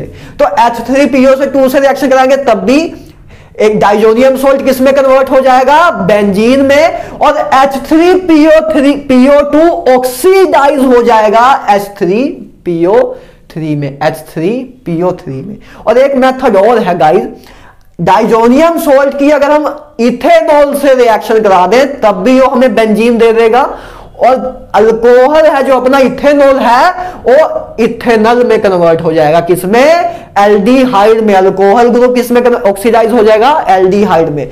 तो जब H3PO2 यूज कर रहे थे तो ऑक्सीडाइज हो रहा था H3PO3 में, और जब इथेनॉल यूज कर रहे हैं तो ऑक्सीडाइज हो जा रहा है इथेनॉल में। तो ये दो मेथड याद रहेंगे कि डाइजोनियम सॉल्ट को हम कैसे बेंजीन में कन्वर्ट करने के अपने पास दो मेथड हैं, एक H3PO2 से और एक इथेनॉल से। क्लियर है, ठीक है। अब दूसरी रिएक्शन देखो, दूसरी टाइप क्या है डाइजोनियम सॉल्ट की। डाइजोनियम सॉल्ट की रिएक्शन अगर हम CO2H2 से कराएं, कॉपर हलाइड से कराएं, या क्यूपरस हलाइड कहते हैं, क्यूपरस हलाइड से कराएं, तो क्या बनेगा, देखो ये पूरा डाइजोनियम सॉल्ट हट जाएगा और X लग जाएगा। इधर क्या लग जाएगा, X अपना कोई भी हेलोजन हो सकता है, हेलोजन X जो भी है हेलोजन ही है आपके ना, क्लोरीन, फ्लोरीन, ब्रोमीन, तो इधर आपका X लग जाएगा, ठीक है ना। डाइजोनियम सॉल्ट हट जाएगा, X लग जाएगा और आपको नाइट्रोजन गैस मिल जाएगी। और गाइस अगर हम कॉपर पाउडर यूज करें तब भी आपका X लग जाएगा और N2 लग जाएगा। तो इस रिएक्शन को जब हम डाइजोनियम सॉल्ट की अगर हम रिएक्शन कराते हैं क्यूपरस हलाइड से, तब उस रिएक्शन को बोलते हैं सैंड मेयर रिएक्शन। क्या बोलते हैं, सैंड मेयर रिएक्शन। और जब उसकी रिएक्शन डाइजोनियम सॉल्ट की रिएक्शन कराएं कॉपर पाउडर से, तब उसको बोलते हैं गैटरमैन रिएक्शन। तो एक बात याद रखना, Gattermann reaction is a modification of sand mayor reaction. पहले सैंड मेयर रिएक्शन आई थी तो इसने सैंड मेयर भाई साहब ने ये चीज यूज की, क्यूपरस हलाइड। तो गैटरमैन भाई साहब ने कहा कि हमें हलाइड्स लेने की जरूरत ही नहीं है, हलाइड्स का कॉपर के साथ कंपाउंड बनाने की जरूरत ही नहीं है, सिंपल सा कॉपर पाउडर्स ले लो, कॉपर पाउडर ले लोगे तब भी रिएक्शन हो जाएगी। तो इन्होंने मॉडिफिकेशन कर दिया था सैंड मेयर को। Gattermann is a modification form of sand mayor reaction. तो ठीक है, ये आपको दो रिएक्शन याद रखनी है। पहली, डाइजोनियम सॉल्ट की जब Cu2H2 से कराएं तो अपने पास X इधर लग जाएगा, ग्रुप हट जाएगा, और इधर से भी ये सेम चीज बनेगी। बस ये नेम याद रखना है कि जब हम क्यूपरस हलाइड यूज करें तब अपना सैंड मेयर रिएक्शन होती है, जब कॉपर पाउडर यूज करें तब गैटरमैन रिएक्शन होती है। वेरी सिंपल रिएक्शन, ठीक है। देख के आप बता सकते हो कि X लग जाएगा इधर और कुछ नहीं होगा, ठीक है ना। अब बात करते हैं very important reaction of diazonium salts, coupling reaction के बारे में बात करते हैं। किसके बारे में, कपलिंग रिएक्शन के बारे में बात करते हैं। तो देखो गाइस, कपलिंग रिएक्शन के प्रोडक्ट लिखना बहुत आसान है, बहुत ही ज्यादा आसान है। देखो आपको क्या करना, बस देख के डर लगता है, डरना ना। देखो डाइजोनियम सॉल्ट है, ये अपना डाइजोनियम सॉल्ट है। तो डाइजोनियम सॉल्ट की जब हम फिनोल से रिएक्शन कराएं, तो गाइस आपको प्रोडक्ट लिखने के लिए क्या करना है मैं आपको बताता हूं, बहुत सिंपल तरीका है। बस देखो, जो आपका जिससे आप डाइजोनियम सॉल्ट की जिससे रिएक्शन करा रहे हो उसका जो पैरा पोजीशन जो है उधर से बस हाइड्रोजन रिमूव कर दो। पैरा पोजीशन मतलब क्या, ये आपकी पैरा पोजीशन है। देखो ए ऑर्थो है, ए मेटा है, पैरा है, आपको पता है पैरा पोजीशन है। तो पैरा पोजीशन पे जो हाइड्रोजन है उसको रिमूव कर दो। बस क्या करो, पैरा पोजीशन पे जो हाइड्रोजन है उसको रिमूव कर दो और इधर से कनेक्ट कर दो। मतलब सिंपल सी बात क्या करनी है आपको, जो जिस डाइजोनियम सॉल्ट की जिससे हम रिएक्शन करा रहे हैं उसकी पैरा पोजीशन वाला हाइड्रोजन एलिमिनेट कर दो और इसका इधर से Cl एलिमिनेट होगा, मतलब HCl रिमूव होगा। जैसे इसकी रिएक्शन की बात करूं तो इस रिएक्शन में क्या होगा, देखो जैसे एक रिएक्शन लिख के दिखाता हूं क्योंकि अपने पास जगह कम है, लेकिन आपको पता सब लग जाएगा। तो जैसे आपके पास ए है, ए आपके पास रिएक्शन है, एक हाइड्रोजन है आपको पता है बेंजीन में पैरा पोजीशन में। तो क्या होगा, जब फिनोल जब अपना किससे डाइजोनियम सॉल्ट से जब रिएक्शन करेगा तब फिनोल का जो पैरा पोजीशन वाला हाइड्रोजन है वो इस Cl को लेके HCl के फॉर्म में निकल जाएगा। इस Cl को लेके HCl के फॉर्म में निकल जाएगा तो क्या बन जाएगा, N2 बेंजीन नाइट्रोजन बेंजीन के साथ कनेक्ट हो जाएगा, फिर मतलब ये दोनों एलिमिनेट हो जाएंगे और बाकी अपना प्रोडक्ट बन जाएगा। तो क्या फाइनल प्रोडक्ट ही बनेगा। देखो क्या हुआ, पहले आपका बेंजीन रिंग थी, बेंजीन के बाद N2 था, N2 के बाद ये जो अपनी बेंजीन के ऊपर रिंग और OH था। तो अपने पहले हमने ये बनाया बेंजीन रिंग, फिर नाइट्रोजन बनाया, N2 बनाया, उसके बाद पैरा पोजीशन से हमने अटैच करा दिया, पैरा पोजीशन से अटैच करा दिया तो अपने पास एक कंपाउंड अपना प्रोडक्ट बन गया। तो बस यही करना है, पैरा पोजीशन से हाइड्रोजन निकाल दो और इसका Cl निकाल दो, HCl रिमूव हो जाएगा, बाकी आपका प्रोडक्ट बन जाएगा, बाकी आपका प्रोडक्ट बन जाएगा। तो ये आपका सिंपल सा प्रोडक्ट बना। इसको बोलते हैं phenol dye. Coupling reaction guys use होती है डाइस बनाने के लिए। डाइस पता है ना आपको, डाइस बनाने के लिए कपलिंग रिएक्शन यूज होती है। तो ये क्योंकि इसमें फिनोल यूज हुआ था, इसमें क्योंकि फिनोल यूज, अब इसको इरेज कर देता हूं ना क्योंकि आप स्क्रीनशॉट लोगे तो आपको अच्छा भी लगे, तो क्योंकि आपके माइंड में तो चला ही गया है, अब अपने आप ही पिक्चर माइंड में आ जाएगी। तो जब गाइस देखो इसको Cl को, ठीक है ठीक है, तो गाइस कपलिंग देखो, पहली डाई का नाम क्या है, फिनोल डाई। क्यों? क्योंकि इसमें हमने फिनोल यूज किया था, इसलिए इसका नाम है फिनोल डाई। समझे कपलिंग रिएक्शन पहली बात कैसे करनी है? बस पैरा पोजीशन से हाइड्रोजन निकाल लो, पैरा पोजीशन से हाइड्रोजन निकालो और इधर से Cl निकालो, इन दोनों को एलिमिनेट कर दो, बाकी को ज्वाइंट कर दो, तो पहले आपका बना फिनोल डाई। फिनोल डाई इसको इसलिए कहा क्योंकि फिनोल से रिएक्शन कराई थी। और ये याद रखना, इनका कलर बहुत जरूरी है याद रखना। फिनोल डाई का कलर याद रखना कि ऑरेंज कलर की होती है। कौन से कलर की होती है? ऑरेंज कलर की होती है फिनोल डाई। याद रखेंगे, phenol dye orange colour, phenol dye orange colour, ठीक है। क्योंकि डाइज आपको पता है ना, कलर्स होते हैं, डाइज के कुछ कलर्स होते हैं, तो इसके फिनोल डाई का कलर होता है ऑरेंज कलर। अब गाइस अगर डाइजोनियम सोल्ट की रिएक्शन करा दें एनिलीन से, इसको बोलते हैं एनिलीन। जब बेंजीन के ऊपर NH2 लगाओ तो उसको बोलते हैं एनिलीन। तो देखो अब इसमें भी सेम राशि करना है। पैरा पोजीशन क्या है? ए। पैरा पोजीशन से हाइड्रोजन निकाल देना है और इधर से Cl, और पैरा पोजीशन से बस एक कनेक्ट हो जाएंगे। तो देखो क्या होगा, पहले बेंजीन रिंग, फिर अपना N2, उसके पैरा पोजीशन से इस तरह से हाइड्रोजन निकाल दिया था, HCl निकल गया था, तो इधर से कनेक्शन बन गया और ये बेंजीन रिंग अब एआली और इधर पैरा पोजीशन पे एनिलीन, समझ आ गया? सिंपल है, वैसे ही है जैसे ये थी, ठीक है। बस हमने पैरा पोजीशन से हाइड्रोजन निकाला और अटैच करा दिया, दोनों को ज्वाइंट कर दिया, तो क्या बना अपने पास? Aniline die. इसको बोलते हैं एनिलीन डाई क्योंकि इधर अपने पास क्या है, क्या हमने यूज किया था? एनिलीन यूज किया, तो इधर बनी एनिलीन डाई। और एनिलीन डाई याद रखना येलो कलर की होती है। एनिलीन डाई याद रखना येलो कलर की होती है। Phenol dye orange colour, aniline dye yellow colour. Clear है? अब देखो नेक्स्ट देखो, अब हम डाइजोनियम सोल्ट की रिएक्शन कराते हैं इस कंपाउंड से। तो देखो कोई भी कंपाउंड आया आपके पास, बस उसकी पैरा पोजीशन देखो। ए फिनोल ग्रुप आपका अल्कोहल ग्रुप ए है, तो आपकी पैरा पोजीशन क्या होगी? इधर इस ग्रुप के अकॉर्डिंग ही देखो ना, जैसे इसके भी ग्रुप के अकॉर्डिंग देख रहे थे, तो इसमें इसके ग्रुप के अकॉर्डिंग पैरा पोजीशन क्या है? ए वाली। तो बस क्या करो, पैरा पोजीशन से हाइड्रोजन एलिमिनेट कर दो, ज्वाइंट कर दो। तो देखो हमने वही किया, पहले बेंजीन रिंग, प्रोडक्ट क्या बना? पहले बेंजीन रिंग, देखो ए बना, अच्छा ये रहा। तो देखो क्या बना अपने पास प्रोडक्ट, देखो एक कंपाउंड था, तो बस इधर से क्या होगा, इसकी पैरा पोजीशन से हाइड्रोजन एलिमिनेट होगा,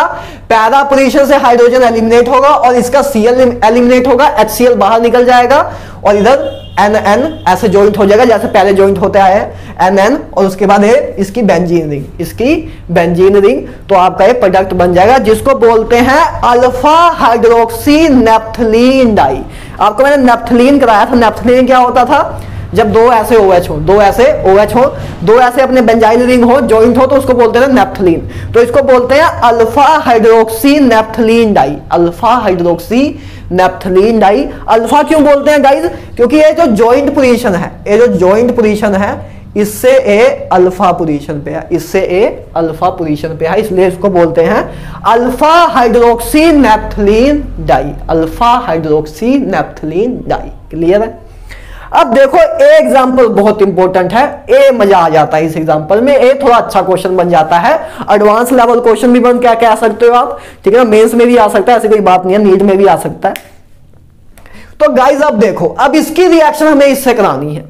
अब आपने तो हमेशा देखा कि पैरा पोजीशन पे हम अटैक कराते हैं। अब देखो इसकी पैरा पोजीशन क्या होगी, ए अपनी देखो, ए अपना ग्रुप है, तो ग्रुप के साथ वाली ऑर्थो पोजीशन, ए ऑर्थो, ए मेटा, ए पैरा, ए अपनी पैरा पोजीशन होगी। देखो अपनी इसकी पैरा पोजीशन क्या थी, ए अपना ऑर्थो था, ए मेटा था, ए पैरा था, तो इसमें ए ऑर्थो, ए मेटा, ए पैरा, तो पैरा पोजीशन अपनी ए है।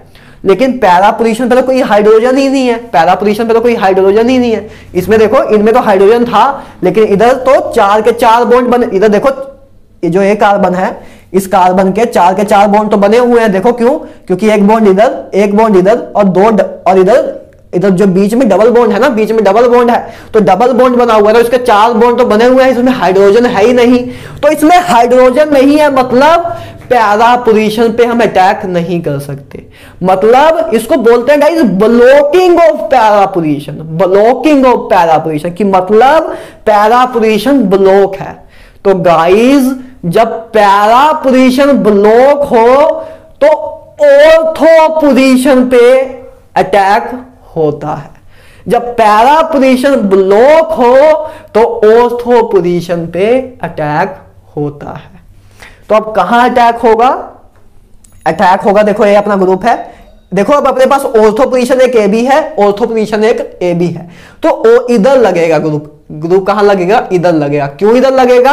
क्योंकि जॉइंट के नजदीक है, इधर जॉइंट के नजदीक है तो ग्रुप इधर लगेगा। तो अपना ए इस ऑर्थो पोजीशन पे, इस ऑर्थो, आपको पहली बात क्लियर हुआ कि जब पैरा पोजीशन ब्लॉक हो, पैरा पोजीशन ब्लॉक हो तो small amount of ortho product obtain, small amount of ortho product obtain होगा। ठीक है, तो अब जो अपना ग्रुप है इस ऑर्थो पोजीशन पर लगेगा, क्योंकि इधर से कॉन्जुगेशन का एक्सटेंट ज्यादा मिल रहा है, कॉन्जुगेशन का एक्सटेंट ज्यादा मिलेगा, तो इधर लगेगा। तो आपका ग्रुप लग जाएगा। देखो ये आपका कंपाउंड था, ठीक है, कहां गया अपना? अच्छा ये रहा बीटा। इसको देखो, एक आपका प्रोडक्ट पहले देखो फिर क्या बनेगा। ये आपका कंपाउंड था, इसका क्या होगा? पैरा पोजीशन तो ब्लॉक थी, तो ऑर्थो पोजीशन पर लगेगा, तो ऑर्थो पोजीशन पे बस यही सेम चीज लग जाएगी, तो ये आपका प्रोडक्ट बन जाएगा। और इस डाई का नाम क्या है? Beta hydroxy naphthalene dye. Beta, अब बीटा क्यों बोला इसको? क्योंकि ये अपनी अल्फा पोजीशन है और ये अपनी बीटा पोजीशन, तो बीटा पोजीशन पे हाइड्रोक्सी ग्रुप लगा, तो बीटा हाइड्रोक्सी नैप्थलीन डाई। और इसका कलर होता है रेड कलर। इसका कलर क्या होता है? Red colour. याद रहेगी, कपलिंग रिएक्शन याद रखना, बहुत इंपॉर्टेंट रिएक्शन है। बस क्या करना है, सिंपल से 2 कंसेप्ट हैं। पहला कंसेप्ट है कि पैरा पोजीशन पे अटैक होगा, पैरा पोजीशन से हाइड्रोजन निकालो, जिससे भी अटैक करा रहे हैं पैरा पोजीशन से हाइड्रोजन निकालो, इससे डाइजोनियम सॉल्ट से कनेक्ट कर दो HCl रिमूव करने के बाद। और अगर पैरा पोजीशन ब्लॉक हो तो ऑर्थो पोजीशन से अपना प्रोडक्ट बनता है। ठीक है, बस यही 2 कंसेप्ट थे कपलिंग रिएक्शन में, और बाकी प्रोडक्ट तो अपने आप ही बन जाएगा, बस आपको जब 2 पॉइंट याद है। ठीक है ना, क्योंकि बस प्रोडक्ट में तो बस ज्वाइंट ही करना है, बस इसको लिया उठा के बस इधर ज्वाइंट कर दिया, काम खत्म। ठीक है ना, यही करना है और तो कुछ करना नहीं है। मतलब इसको लिया, इधर ज्वाइंट करेंगे ना, इधर ज्वाइंट करेंगे, इधर नहीं। इसको उठा के इधर ऐसे, इसको ऐसे देखो, ऐसे उठाया, ऐसे इधर ले गए और ज्वाइन कर दिया, HCl रिमूव कर दिया। तो ये आपकी कपलिंग रिएक्शन है डाइजोनियम सोल्ट की, बहुत इंपॉर्टेंट है। सारी रिएक्शन हमने लिख दी है, डाइजोनियम सोल्ट का सारा कंसेप्ट अपना क्लियर है। ठीक है, अब बात करते हैं नेक्स्ट स्लाइड की। अब देखो गाइस, अब ये क्या है अपना साइनाइड। तो याद रखना, साइनाइड की हाइड्रेशन करते हैं जब साइनाइड में वाटर ऐड करते हैं। हाइड्रेशन मतलब वाटर का ऐड करना, डिहाइड्रेशन मतलब वाटर का रिमूव करना, हाइड्रेशन मतलब वाटर का ऐड करना। तो जब साइनाइड की हाइड्रेशन करते हैं तो हमें अमाइड मिलता है। साइनाइड की हाइड्रेशन से क्या मिलता है? अमाइड। मतलब ए दो डबल बॉन्ड टूटते हैं, एक जगह O लग जाता है, वाटर का ऑक्सीजन एक जगह लग जाता है, और 2 हाइड्रोजन एक जगह लग जाते हैं, तो आपका फाइनल प्रोडक्ट A बन जाता है। तो वैसे बस याद करने का तरीका बता रहा हूं, ठीक है ना। तो आप क्या याद रखना है आपको कि जब साइनाइड की हाइड्रेशन होती है तो क्या मिलता है हमें? अमाइड मिलता है। साइनाइड की हाइड्रेशन से क्या मिलता है? अमाइड। अब गाइस अगर अमाइड की आगे भी हम H3O पॉजिटिव से रिएक्शन करा दें, मतलब H पॉजिटिव भी कह सकते हो, H3O पॉजिटिव की जगह H पॉजिटिव लिख सकते हो ना आप, क्योंकि वाटर तो प्रेजेंट ही होता है। तो और H3O पॉजिटिव क्या होता है? Water plus H positive H3O positive होता है। तो H3O पॉजिटिव भी दिया हो या H पॉजिटिव भी दिया हो, तो जब H3O पॉजिटिव से आप रिएक्शन कराओगे तो अब आगे फर्दर रिएक्शन हो जाएगी। क्या होगा इसका? देखो इसमें से OH नेगेटिव, देखो OH नेगेटिव इधर कनेक्ट हो जाएगा OH नेगेटिव इधर कनेक्ट हो जाएगा और ये NH2 ग्रुप बाहर निकल जाएगा और H पॉजिटिव इससे कनेक्ट हो जाएगा। मतलब वाटर, देखो वाटर में दो चीजें हैं, OH और H। देखो इसमें दो आयन है ना, इसमें दो आयन है, एक OH नेगेटिव और एक H पॉजिटिव। तो OH नेगेटिव इससे कनेक्ट हो जाएगा और H पॉजिटिव इससे कनेक्ट हो जाएगा। तो इससे H जब कनेक्ट होगा तो क्या बनेगा, अमोनिया बन जाएगा और इधर कार्बोक्सिलिक एसिड बन जाएगा। मतलब जब साइनाइड की पहले हाइड्रेशन कराएं तो हमें अमाइड मिलता है, जब उसमें फिर अमाइड की आगे फिर उसमें H पॉजिटिव डाल दे या H पॉजिटिव या H3O पॉजिटिव सेम चीज है, तो उसमें अगर डाल दे तो कार्बोक्सिलिक एसिड में अमाइड कन्वर्ट हो जाता है और अमोनिया गैस रिलीज हो जाती है। अमोनिया गैस रिलीज हो जाती है। याद रखना इस रिएक्शन को, वेरी इंपॉर्टेंट रिएक्शन, बच्चे कंफ्यूज होते हैं इस चीज पे, ठीक है ना। तो इस रिएक्शन को याद रखेंगे हम। अब देखो गाइस नेक्स्ट रिएक्शन देखो, ओजोनोलाइसिस रिएक्शन। ओजोनोलाइसिस का मतलब क्या, ओजोन की प्रेजेंस में तोड़ना, ओजोन की प्रेजेंस में स्प्लिटिंग करना। ओजोन मतलब ओजोन, लाइसिस मतलब स्प्लिटिंग करना। तो ओजोनोलाइसिस देखते हैं। ओजोनोलाइसिस में गाइस होता क्या है, alkanes converted into aldehyde and ketone. Alkenes को, अल्केन्स नहीं अल्कीन्स आएगा, alkenes are converted into, alkenes को हम एल्डिहाइड और कीटोन में कन्वर्ट करते हैं, कार्बोक्सिलिक एसिड में भी करते हैं, लेकिन आपकी एनसीईआरटी में यही लिखा होता है, ठीक है। Alkenes converted into aldehyde and ketone. अब देखो मैं आपको कराता हूं ओजोनोलाइसिस। आपके एनसीईआरटी में बस एक ही मेथड दिया है, रिडक्टिव ओजोनोलाइसिस, लेकिन आपके जेईई के सिलेबस में दोनों है, रिडक्टिव भी है ऑक्सीडेटिव भी है।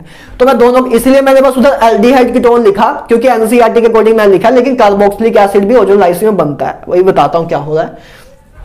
देखो ओजोनोलाइसिस बहुत आसान है, बहुत आसानी से आप प्रोडक्ट लिख दोगे। देखो क्या है, ओजोनोलाइसिस दो टाइप्स की है गाइस। पहली है रिडक्टिव ओजोनोलाइसिस, दूसरी है oxidative ozonolysis. Guys reductive ozonolysis में रीजेंट क्या यूज होता है, ओजोन तो यूज होगा क्योंकि ओजोन लिया है हमने ओजोनोलाइसिस में, ओजोनोलाइसिस में ओजोन तो होना ही चाहिए ना, ओजोन तो यूज होगा।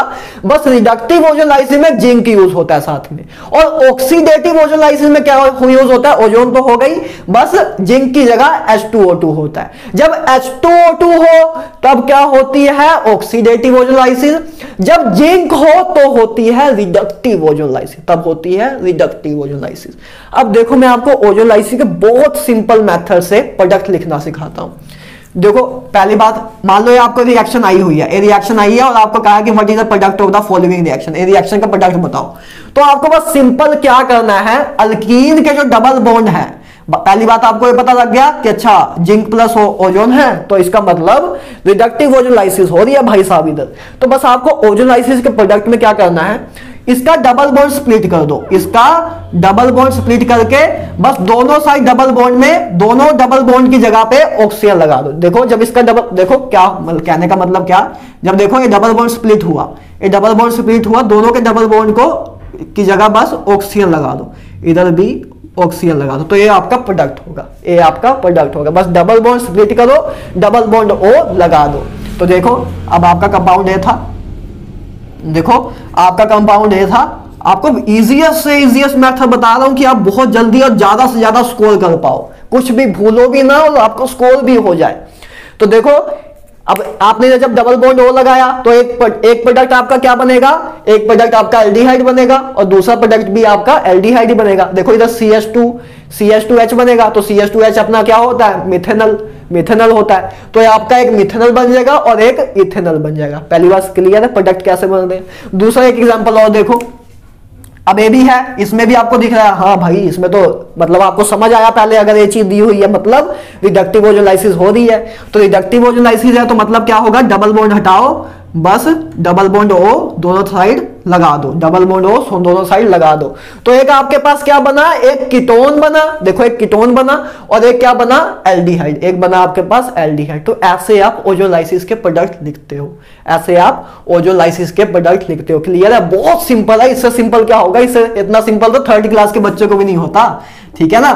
तो ऐसे आप प्रोडक्ट लिख सकते हो, ठीक है, क्लियर है। तो ये आपका जो कंपाउंड था इसको ऐसे लिख देता हूं कि आप स्क्रीनशॉट लो तो याद रहे, ठीक है। तो ये आपकी होती है रिडक्टिव ओजोनोलाइसिस। ऐसे आप प्रोडक्ट आराम से लिख दोगे ना, समझ गए। डबल बॉन्ड स्प्लिट करो, बस दोनों साइड डबल बॉन्ड की जगह बस डबल बॉन्ड O लगा दो, तो वही आपके प्रोडक्ट है। वही आपके प्रोडक्ट है। अब देखो ऑक्सीडेटिव ओजोलाइसिस में क्या चीज होती है। पहली बात तो ऑक्सीडेटिव ओजोलाइसिस में ये चीज यूज होती है, आपको इस चीज से क्लियर होना चाहिए। अगर एक क्वेश्चन में ये दिया हुआ है, क्वेश्चन में अगर ये लिखा हुआ है तो आपको पता होना चाहिए कि ऑक्सीडेटिव ओजोलाइसिस है वो। तो बस ऑक्सीडेटिव ओजोलाइसिस में क्या करना है आपको कि जो एल्डिहाइड अगर कहीं बन रहा है तो फर्दर ऑक्सीडाइज हो जाएगा कार्बोक्सिलिक एसिड में, कि अगर कहीं आपका एल्डिहाइड बना तो फर्दर ऑक्सीडाइज हो जाएगा कार्बोक्सिलिक एसिड में। जैसे सपोज एक एग्जांपल थी आपके पास, फर्स्ट एग्जांपल मैंने फिर दोनों एक सेम ही एग्जांपल लिए हैं। देखो पहली एग्जांपल ये थी, इधर भी ये ली है। तो इधर देखो आपको क्या मिल रहे थे, एल्डिहाइड। तो बस ऑक्सीडेटिव ओजोलाइसिस में क्या होता है, बस एल्डिहाइड जहां बन रहा है, एल्डिहाइड ग्रुप फर्दर ऑक्सीडाइज हो जाता है कार्बोक्सिलिक एसिड में। तो एल्डी इधर क्या था, एल्डिहाइड ग्रुप था, एल्डिहाइड ऑक्सीडाइज हो जाएगा कार्बोक्सिलिक ग्रुप में। इधर भी अपना एल्डिहाइड ग्रुप था, ऑक्सीडाइज हो जाएगा कार्बोक्सिलिक ग्रुप में। जैसे दूसरी एग्जांपल देखो, दूसरी एग्जांपल इधर क्या बना था, कीटोन और एल्डिहाइड। तो कीटोन तो फर्दर ऑक्सीडाइज नहीं होता, आपको ही पता कि कीटोन कार्बोक्सिलिक एसिड में कन्वर्ट नहीं होता। आपको मैंने ऑक्सीडाइजिंग एजेंट बताया तो बताया था कि अल्कोहल 2 डिग्री अल्कोहल से बस हम कीटोन तक ही जा सकते हैं, कार्बोक्सिलिक एसिड तक नहीं जा पाते। एल्डिहाइड से हम कार्बोक्सिलिक एसिड तक चले जाते हैं, एल्डिहाइड से हम कार्बोक्सिलिक एसिड तक चले जाते हैं। तो इधर क्या होगा, कीटोन तो ऐसे ही रहेगा, लेकिन जो एल्डिहाइड वाला पार्ट है उसका जो एल्डिहाइड ग्रुप कार्बोक्सिलिक ग्रुप में कन्वर्ट हो जाएगा। तो that is a simple difference between oxidative ozonolysis and reductive ozonolysis. कि ऑक्सीडेटिव ओजोलाइसिस में क्या करना है आपको, बस जो एल्डिहाइड ग्रुप आएगा, जब आप जैसे पहले आप क्या करो, बस सिंपल सा रिडक्टिव ओजोलाइसिस करके प्रोडक्ट लिख दो। जब आपको ऑक्सीडेटिव ओजोलाइसिस आई है तो रिडक्टिव ओजोलाइसिस के अकॉर्डिंग ही प्रोडक्ट लिख दो। उसके बाद आपको पता है कि हाँ, आपके माइंड में चल रहा है कि ऑक्सीडेटिव ओजोलाइसिस है, तो ऑक्सीडेटिव ओजोलाइसिस में आपको पता है कि एल्डिहाइड वाला पार्ट फर्दर ऑक्सीडाइज हो जाता है कार्बोक्सिलिक एसिड में। तो बस एल्डिहाइड की जगह कार्बोक्सिलिक ग्रुप लगा देना है आपको। ठीक है, क्लियर है? तो आई होप आपको ओजोलाइसिस क्लियर हो, बहुत सिंपल सा प्रोसेस है। ठीक है ना? अब चलो गाइस नेक्स्ट बात करते हैं। नेक्स्ट बात करेंगे किसके बारे में, एक मिनट रुको, इसको इरेज कर दे। तो अब नेक्स्ट बात करते हैं डाई हाइड्रोक्सिलेशन। देखो डाई लिखा है, डी नहीं लिखा है। डी मतलब क्या, डी ई का मतलब क्या होता है, रिमूव। डाई का मतलब है दो, डाई का मतलब है दो। उधर हमने क्या किया था, डिहाइड्रोजिनेशन, या मतलब हमने डिहाइड्रेशन किया था, डिहाइड्रेशन। तो उधर डी का मतलब क्या था, रिमूव करना। डी का मतलब क्या था, रिमूव करना। और डी आई का मतलब क्या होता है, दो। तो di hydroxylation, di hydroxylation, hydroxy मतलब OH ग्रुप, डाई मतलब दो, लेशन मतलब ऐड, मतलब दो OH ग्रुप का ऐड होना, दो OH ग्रुप का ऐड होना, उसको कहते हैं डाई हाइड्रोक्सिलेशन, डाई हाइड्रोक्सिलेशन। अब देखो गाइस, डाई हाइड्रोक्सिलेशन को मैं दो टाइप में डिवाइड कर रहा हूं। पहली टाइप है सिन एडिशन, दूसरी है एंटी एडिशन, दूसरी है एंटी एडिशन। देखो गाइस, देखो सिन एडिशन कराने वाले रीजेंट कौन कौन से हैं। अब आज से हम याद रखेंगे कि कोल्ड अल्कलाइन KMnO4 या OSO4, ये दोनों क्या हैं, डाई हाइड्रोक्सिलेशन एजेंट हैं। पहली बात तो इतना याद रखेंगे कि कोल्ड अल्कलाइन KMnO4, या देखो एक हमने KMnO4 भी किया था। KMnO4 क्या था, ऑक्सीडाइजिंग एजेंट था, लेकिन कोल्ड अल्कलाइन KMnO4 क्या होता है, डाई हाइड्रोक्सिलेशन एजेंट। तो कोल्ड अल्कलाइन KMnO4 या OSO4, ये दोनों क्या है अपने डाई हाइड्रोक्सिलेशन एजेंट। तो और ये जो दो OH ग्रुप को ऐड करते हैं और सिन एडिशन करते हैं, ये दो रीजन क्या करते हैं, सिन एडिशन करते हैं डाई हाइड्रोक्सिलेशन में। देखो कैसे, जैसे आपका अल्कीन है ना, अल्कीन में होती है डाई हाइड्रोक्सिलेशन, ठीक है ना। अकर इन लिख देता हूं, अकर इन अल्कीन, ठीक है ना। अल्कीन में ये देखने को मिलती है, अल्कीन वाली रिएक्शन है, हाइड्रोकार्बन में भी करते हैं आप। तो अल्कीन में देखो क्या होगा, बस इसमें क्या होता है, देखो आपको पता है कोल्ड KMnO4, कोल्ड अल्कलाइन भी लिख सकते थे, जगह नहीं थी मेरे पास। तो कोल्ड अल्कलाइन KMnO4, या आपको कोल्ड भी दिया आता है, अल्कलाइन जरूरी नहीं है दिया हो। तो कोल्ड KMnO4 या OSO4 दिया हो, तो आपको पता है कि ये दोनों क्या है, डाई हाइड्रोक्सिलेशन एजेंट। और कैसे डाई हाइड्रोक्सिलेशन एजेंट है, कैसे एडिशन कराते हैं, सिन एडिशन। सिन एडिशन का मतलब सेम साइड में हो दोनों। सिन एडिशन मतलब दोनों OH ग्रुप सेम साइड में हो, तो दोनों OH ग्रुप सेम साइड में, तो इसको बोलते हैं सिन एडिशन। और एक अब दूसरी टाइप क्या है, एंटी एडिशन। एंटी एडिशन किससे होती है, बाय MCPBA। आज से याद रखेंगे MCPBA एक ऐसा रीजेंट है, MCPBA एक ऐसा रीजेंट है जो डाई हाइड्रोक्सिलेशन करता है विद एंटी एडिशन। एंटी तरह में देखो, जैसे अपना फिर से एल्कीन मैंने वही लिया, जब इसके MCPBA से कराएंगे तो आपको इतना तो पता है, हाँ डाई हाइड्रोक्सिलेशन एजेंट है, लेकिन ये भी पता होना चाहिए एंटी पोजीशन पे दोनों OH ग्रुप ऐड होंगे। मतलब एक OH ग्रुप अगर ऐसे ऊपर लगा है तो एक नीचे लगेगा, एंटी पोजीशन पे लगेंगे दोनों ग्रुप, एंटी एडिशन होगी। तो सिन एडिशन कौन करेंगे, कोल्ड अल्कलाइन के MnO4 या OSO4, एंड MCPBA क्या करेगा, एंटी एडिशन। MCPBA क्या करेगा, एंटी एडिशन। याद रखेंगे, बहुत इंपॉर्टेंट, बहुत ज्यादा इंपॉर्टेंट। आइसोमरिज्म में कभी सीधा डायरेक्ट क्वेश्चन नहीं आते, ऐसे भी आते हैं मिक्स होके कि आपको MCPBA की भी नॉलेज हो, एंटी सिन की भी नॉलेज हो, तो इसमें आइसोमरिज्म को मिक्स किया गया है। तो ऐसे क्वेश्चन एडवांस में आने के चांस बहुत ज्यादा होते हैं, बहुत ज्यादा होते हैं। क्लियर है? तो आज आपका ये चीज भी क्लियर हो गई, ठीक है। अब देखो दो सिंपल सी रिएक्शन और देख जाओ और चैप्टर को खत्म, मतलब आज का लेक्चर को खत्म करो। Halogen exchange reaction. Halogen exchange reaction नाम से क्लियर हो रहा है कि हैलोजन्स एक्सचेंज होते हैं, हैलोजन्स एक्सचेंज होते हैं। देखो पहली रिएक्शन क्या है, RX की, देखो X इधर आपका क्या हो सकता है, X इधर आपका हो सकता है क्लोरीन। देखो इधर जो X है आपका, इधर आपका जो X है वो क्लोरीन या ब्रोमीन हो सकता है, क्लोरीन या ब्रोमीन हो सकता है। तो RX जब आपका NaI से रिएक्ट करेगा सोडियम आयोडाइड से इन प्रेजेंस ऑफ ड्राई एसीटोन, तो आपका RI बन जाएगा। क्या बन जाएगा, RI मतलब आइडोअल्केन प्लस NaX। आइडोल मतलब X निकल जाएगा, NaX बन जाएगा और इधर I आ जाएगा। तो क्या हुआ, इधर हैलोजन एक्सचेंज हुआ। पहले देखो कौन सा कोई X हैलोजन लगा था, मान लो क्लोरीन लगा था, पहले RCl था, तो पहले RCl था, बाद में क्या लग गया, I लग गया। मतलब पहले Cl था, बाद में I लग गया, हैलोजन एक्सचेंज हुआ, हैलोजन एक्सचेंज हुआ। तो इस रिएक्शन को क्या बोलते हैं, फिंकलस्टेन रिएक्शन।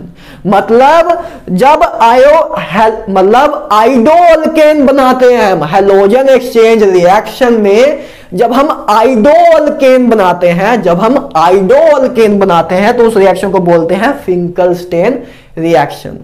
अब दूसरी एक हैलोजन एक्सचेंज रिएक्शन क्या है, RX की अगर हम रिएक्शन कराएं, AgF चाहिए, AgF हो, चाहिए Hg मरकरी 2F2 हो, या SbF3 हो, या कोबाल्ट F2 हो, इनमें से किसी से भी रिएक्शन कराएं तो हैलोजन एक्सचेंज रिएक्शन होगी। बस X की जगह X रिमूव होगा और फ्लोरीन लग जाएगा, X रिमूव होगा और फ्लोरीन लग जाएगा, तो आपका RF बन जाएगा। तो अब आपका क्या बना, अब आपका फ्लोरोअल्केन बना। तो जब हैलोजन रिएक्शन आपके दो टाइप की हैं, एक जिसमें आइडोअल्केन बनता है, एक जिसमें फ्लोरोअल्केन बनता है। तो जिसमें आइडोअल्केन बनता है उसको बोलते हैं फिंकलस्टेन रिएक्शन, और जिसमें फ्लोरोअल्केन बनता है उसको बोलते हैं स्वार्ट्ज रिएक्शन। क्या बोलते हैं, स्वार्ट्ज रिएक्शन बोलते हैं। तो फिंकलस्टेन रिएक्शन एंड स्वार्ट्ज रिएक्शन, इनको याद रखेंगे, हैलोजन एक्सचेंज रिएक्शन है। क्लियर है? तो इसी के साथ आज आपको बहुत ज्यादा नॉलेज मिली है, और 2-3 लेक्चर ऐसी और पूरी भरपूर नॉलेज के साथ आएंगे कि आपको बना के निकलेंगे यार, किंग मेकर अब बना के निकलेंगे। अब तो ठान लिया तो करके निकलेंगे, ठीक है ना। तो चलो आज के लिए इतना बहुत है। आई होप सफिशिएंट लेक्चर तैयार हो गया होगा, ठीक है ना, सफिशिएंट ड्यूरेशन तैयार होगी। तो चलो इसका आप स्क्रीनशॉट ले लेना, बहुत इंपॉर्टेंट स्क्रीनशॉट होगा, ले लेना इसको आराम से, शॉर्ट नोट्स बनाने की भी जरूरत नहीं पड़ेगी। तो चलो मिलते हैं नेक्स्ट वीडियो में, तब तक goodbye, have a nice day, bye bye. ठीक है, तो चलो इसका स्क्रीनशॉट ले लो।